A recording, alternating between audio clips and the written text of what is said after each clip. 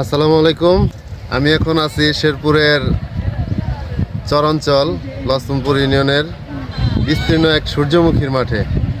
তো আপনারা দেখেন এই মাঠটা আমাদের পার্টনার প্রোগ্রাম চর প্রকল্প এবং বৃহত্তর ময়মনসিংহ অঞ্চলের ফসলের নিবিড়তা বৃদ্ধিকরণ প্রকল্পের আওতায় এই প্রদর্শনীগুলো দেওয়া হয়েছিল।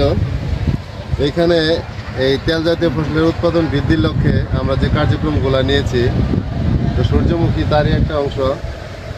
আপনারা দেখেন এটা এখন আবাদ না, এটা একটা পর্যটন কেন্দ্রে পরিণত হয়েছে। এখানে স্কুল কলেজের বিভিন্ন পর্যায়ের ছাত্রছাত্রীরা এখানে আসছে, এটা দেখছে এবং তারা উদ্বুদ্ধ হচ্ছে। এখানে এখানে প্রায় 300 শতাংশ জমিতে সূর্যমুখীর চাষ করা হয়েছে।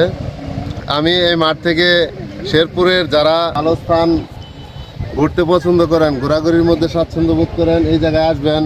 এখানে একটা টিকিট নির্ধারণ করা হয়েছে মাত্র 30 টাকা। 30 টাকা আপনারা এত সুন্দর একটা জায়গাতে প্রবেশ করতে পারবেন। এটা কৃষি তো নয়, যেন এক পর্যটন শিল্প। আপনারা দেখেন এখানে স্কুল কলেজের ছাত্রছাত্রী সহ বিভিন্ন পর্যায়ের লোকজন এখানে পরিদর্শনে আসতেছে প্রতিদিন।